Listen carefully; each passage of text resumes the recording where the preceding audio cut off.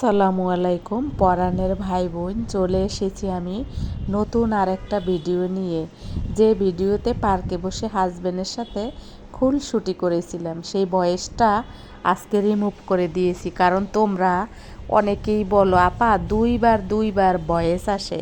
আসলে তোমরা না ভালো করে দেখো না। আমি কিন্তু বলি যে আমি অরিজিনাল রিয়েল ভয়েসটা রেখে দিয়ে পাশাপাশি আমি আবার ভয়েস দিই। এই যে দেখো, আজ ছিল শুক্রবার, এই ভিডিওটা কিন্তু শুক্রবারের।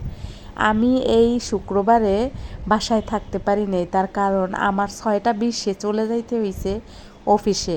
আমার স্যারদের একটা মিটিং ছিল, মিটিংয়ের ভিডিও আমি করেছি কিন্তু তোমাদের মাঝে আপলোড দিতে পারলাম না। তার কারণ সেই মিটিংটা ছিল বিদেশিদের সাথে, জাপানিদের সাথে জুম মিটিং, যেটা তোমাদের সাথে শেয়ার করতে পারবো না। কারণ যদি আমি মনে করি ভবিষ্যতে কখনো শেয়ার করার, তখন করব। আর এই যে দেখো, আমি এখানে বসেছিলাম, অনেকটা গরম লেগেছিল। আমার হাজবেন্ডে বলেছিলাম যে পার্কের ভিতর দিয়ে যাব, যেহেতু খুব সকালে অফিসে যাওয়া লাগছে, তাই আমি আমার হাজবেন্ডকে সাথে করে নিয়েছিলাম। কারণ আমি রাস্তা খুব ভয় পাই।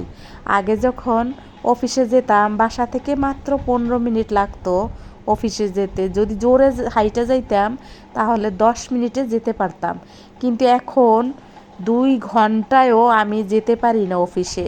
তাই তো আমার সব সময় ভয় লাগে রাস্তায়। আমি যখন সকালে যাই তখন আমার হাজবেন্ড আমাকে গাড়িতে তুলে দেয়।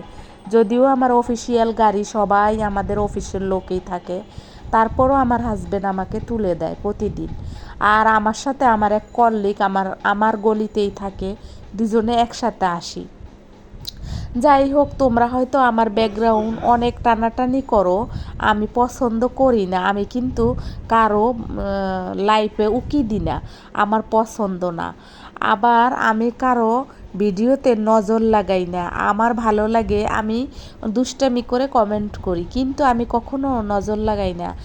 সম্মানিত শ্রোতা বন্ধুরা, সম্মানিত দর্শক বন্ধুরা, তোমরা আমার যারা পরাণের ভাই বোন, তোমরা কিন্তু জানো, অডিয়েন্স ভাই বোনেরা, তোমাদেরকে আমি একটা কথা বলি, আমি যাদের ভিডিও দেখি, আমি কিন্তু কারো ভিডিওতে নজর লাগাই না।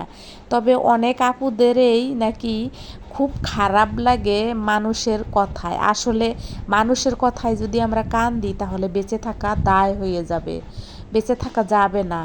মানুষ যে কত রকমের, দেখেন আমার চ্যানেল কিন্তু এখনও কিছু হয় নাই, তবুও অনেকে বলে তুই তো ভিডিও করা দিছস, তখন থেকে অনেক স্মার্ট হয়ে গেছস, তুই তো অনেক সুন্দর জামা পরিস। জামা হাতে ডলে ডলে দেখে আমার জামাটা কেমন কাপড়ের। এই তো দেখো, আজকে যে জামাটা গায়ে, এই জামাটা খুব পাতলা, আমার খুব ভাল লাগে। এই জামাটাও একজনে ধরে ডলে দেখেছে জামাটা কেমন। যাই হোক, তারপরে তোমাদেরকে আরও বলি, আমাদের এই কালচার পৃথিবীর যে প্রান্তেই আমরা যাই না কেন, আমরা যদি বাঙালি মেয়ে হই, আমাদের এই কালচার কিন্তু কখনোই যাবে না। তাই তো মানুষের কথায় কান দিয়ে আমার মনে হয় না কেউ এগিয়ে যেতে পারবে। মানুষের কথা পিছনে রেখে এগিয়ে যেতে হবে। মানুষের লাইফে কত রকমের কষ্ট থাকে, কত রকমের দুঃখ থাকে, কত রকমের বদনাম থাকে, কত রকমের কথা থাকে, সব কিছু কিন্তু তারা ঢেকে ফেলে। তুমি যদি সরল হও তাহলে তোমাকে এই বদনাম, তোমাকে এই কথা আষ্টে পৃষ্ঠে ধরবে। তুমি যদি সরল না হও, তোমার মন যদি খারাপ থাকে, তাহলে তোমাকে এইসব কথায় কিন্তু কিছু করতে পারবে না। তবুও যারা সরল, সব কিছু থেকে কিন্তু আল্লাহ তাদেরকে বাঁচিয়ে দেয়। যেমন আমার কথাই বলো, আমাকে কিন্তু সব কিছু থেকে আল্লাহ বাঁচিয়ে দেয়। আমি না কোনো কথা ঢেকে রাখতে পারি না, যেটা তোমাদের মাঝে আমি মাঝে মাঝে নিয়ে আসি। আর তোমরা কিন্তু আমার কমেন্ট পড়লে এবং আমার ভিডিও দেখলে বুঝতেই পারো যে আমি কতটা সরল। তবে আমি এটুকু বুঝি যে মানুষ কখনো তোমাকে হেল্প করবে না, তোমাকে রাস্তাও দেখাবে না। সে যদি ভালো থাকে, কিভাবে ভালো আছে, তোমাকে সেই রাস্তাটা কখনোই দেখাবে না। তবে তোমার নিজের রাস্তা নিজেরই কিন্তু দেখে নিতে হবে, আর সুন্দর করে বুঝে নিতে হবে তোমার লাইফে কি ভালো হবে। আর তোমার জীবনে যারা তোমাকে এই ধরনের কোলঠাসা করে রাখতে চায় তাদেরকে তুমি পিছনে ফেলে সামনে এগিয়ে যাও, পিছনে তাকানোর কোনো দরকার নাই। আমি আজকে একটা কমেন্টের জন্য এতগুলা কথা তোমাদের মাঝে শেয়ার করলাম। সম্মানিত অডিয়েন্স ভাই বোনেরা, তোমরা জানো আমাকে সুন্দর সুন্দর কমেন্ট করে, তার ভিতরেও কিন্তু অনেকেই আমাকে খোসা মেরে কমেন্ট করে। যাই হোক, হয়তো তারা আমাকে বাস্তবে চেনে না, আমাকে সোশ্যাল মিডিয়াতে দেখে তাদের হয়তো ভালো লাগে না। আমি খারাপভাবে কারোর এই কমেন্টের উত্তর দেব না। এই তো দেখো, তারপরে কিন্তু আমি হাঁটতেছিলাম, হেঁটে হেঁটে সামনে রিক্সা নেওয়ার জন্য যাইতেছিলাম, তখন এই ফল দেখা গেছিলো, একটা তো দেখাই দিলাম। তারপর আবার কিছু গাছও দেখলাম। গাছগুলোর ভিতর থেকে একটি গাছ আমার হাজবেন্ড কিনে নিয়ে এসেছিল। দুইটা গাছ কেনার কথা ছিল কিন্তু কিনতে পারে নাই, টাকা একটু বেশি চায়। একটা বেলি ফুল গাছ নিয়ে এসেছে, যেহেতু আমার বেলি ফুল গাছটা একটু মরে মরে ভাব। আর এখানে সাদা ফুল ছিল, দেখো তোমরা।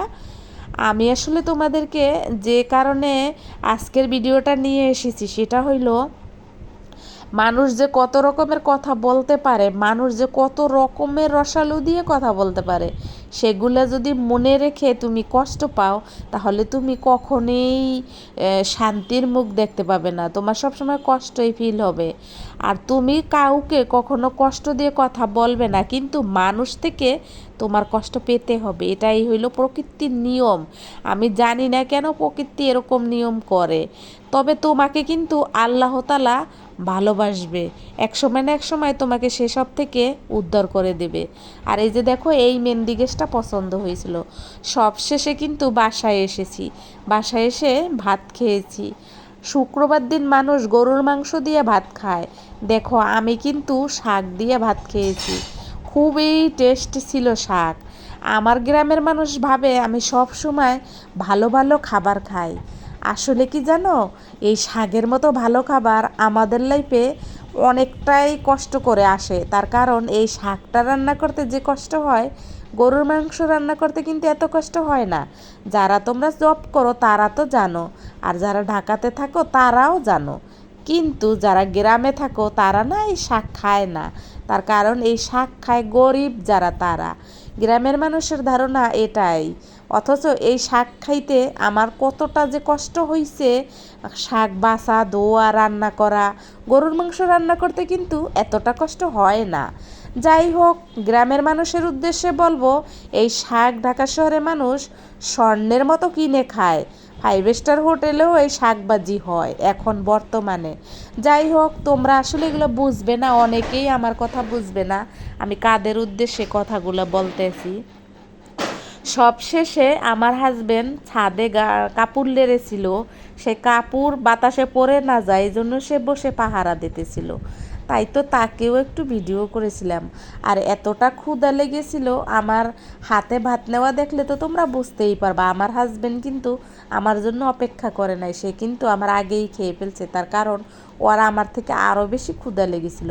এই যে দেখো, আমার ছাদে কাপড় লাইরা দেওয়া হয়েছিল ধুইয়া, সেগুলো একটু শুকাইতে দেরি হইতেছিল, অনেকগুলো ঘরে নিয়ে এসেছে, যেগুলো একটু পরে আমি তোমাদের মাঝে শেয়ার করব। আর এগুলো শুকাইতে আরও বেশি দেরি হবে, তাই তো এগুলা এইভাবে দেখিয়ে দিলাম। আর ও বসেছিল যাতে বাতাসে না পড়ে, যদিও ক্লিপ করেছে। আর তারপরে দেখো, এই যে বেলি ফুল গাছটা তোমাদেরকে দেখাই দিলাম, এই যে নতুন বেলি ফুল গাছটা নিয়ে এসেছে। আর আমার ভিডিওতে কিন্তু কাশি আসবে, সেটা তো তোমরা জানো কেন কাশি আসবে, ইচ্ছা করে কিন্তু কাশে যখনই আমি ভয়েস দিতে যাই। এই যে দেখো আমার বেলি ফুল নতুন গাছটা, তোমরা বলবা কমেন্টে কেমন হয়েছে। আর এই যে দেখো আমার বাগানটা ছোট ছোট করে কিন্তু সাজিয়ে ফেলেছে। আর একটা বাঙ্গি গাছ লাগাইছিলাম, একটা ফুল হয়েছে। গাছে যেহেতু বৃষ্টি আসলে পানি জমে, তাই তো কিছু করার নাই। বেলি ফুল গাছটা আমার খুব পছন্দ হয়েছে, যদিও টাকাটা একটু বেশি নিয়েছে। এভাবেই কিন্তু ছাদ বাগানটা আমার হাজবেন্ড সাজাইতেছে, কিন্তু আমি জানি না যখন আমরা বাসাটা ছেড়ে দেবো এগুলো কি করব। এই তো তোমরা দেখতে থাকো আমার আজকের ভিডিও, ভালো লাগলে অবশ্যই কমেন্ট করবা। সবশেষে তোমাদেরকে চা দিয়ে শেষ করব। পরে কিন্তু আমার হাজবেন্ড মাগরিবের পরে চা বানিয়েছিল, যে চাটা আমি তোমাদের মাঝে শেয়ার করব। ও যদি বাসায় থাকে চাটা ওই করে, আমি অবশ্য চা বানাই খাই না। ও বাসায় থাকলে চা বানাইলে পরে খাই। ওর চাটা ভালোই হয়, আমিও চা করি মেহমান আসলে, আত্মীয় স্বজন আসলে, কিন্তু নিজে খাইতে কখনো করি না। এই যে দেখো কাপড় হাতে নিয়ে বসেছিল, আর আমি ওকে দুষ্টামি করে বলতেছিলাম ছাদ বাগানের মালি বসে আছে, ছাদ বাগানের সামনে গাছ পাহারা দিতে আছে। এই তো দেখো এই যে এখানে কতগুলা শুকনা কাপড় দিয়ে গেছে ঘরে, এগুলা আমি এখন ভাঁজ করে রেখে দেবো। এখানে আমার কিছু আছে, আমার কন্যার কিছু আছে, সব মিলিয়ে ভাঁজ করেছি। এইবার বুঝতে তো পারছো যে শুক্রবার হইলে যদি আমি বাসায় না থাকতে পারি আমার কতটা কষ্ট হয়। এরপরে তো আরও ফ্রিজে অনেক কিছু গুছানো থাকে, সেগুলো তোমাদেরকে দেখাই না। অনেক কিছু থাকে সেগুলো তোমাদেরকে দেখাই না। এই তো দেখো এই যে চা দিয়া ভিডিওটা শেষ করব। তোমরা সবাই ভালো থাকবা, সুস্থ থাকবা, আমার জন্য দোয়া করবা, আমিও যেন তোমাদের মাঝে সুস্থভাবে ফেরত আসতে পারি অন্য কোনো ভিডিও নিয়ে। আমার সাথে তোমাদের আবার দেখা হবে, অন্যরকম কোনো ভিডিও নিয়ে হয়তো হাজির হব, যদি বেঁচে থাকি দেখা হবে। সে পর্যন্ত তোমরা সবাই ভালো থাকো, সুস্থ থাকো, সবাই সবার খেয়াল রাখো, এগিয়ে যাইতে সবাইকে ভিডিওতে সাহায্য করো, আমিও তোমাদেরকে সাহায্য করব। এই তো দেখো চাটা কিন্তু খুব সুন্দর হয়েছিল, ডালিমের কালারের মতো। বিদায় নিতে চাইও বিদায় নিতে পারি না, তোমাদের সাথে কথা বলতে আমার আসলে ভালোই লাগে। ভালো লাগলেও কি করব, বিদায় তো নিতেই হবে। অল্প একটু ভিডিও তোমাদের সাথে শেয়ার করি, সেখানে আর কি দেখাবো বলো লাইফের। আর তোমরা সবাই ভালো থাকো, আসসালামু আলাইকুম, আল্লাহ হাফেজ।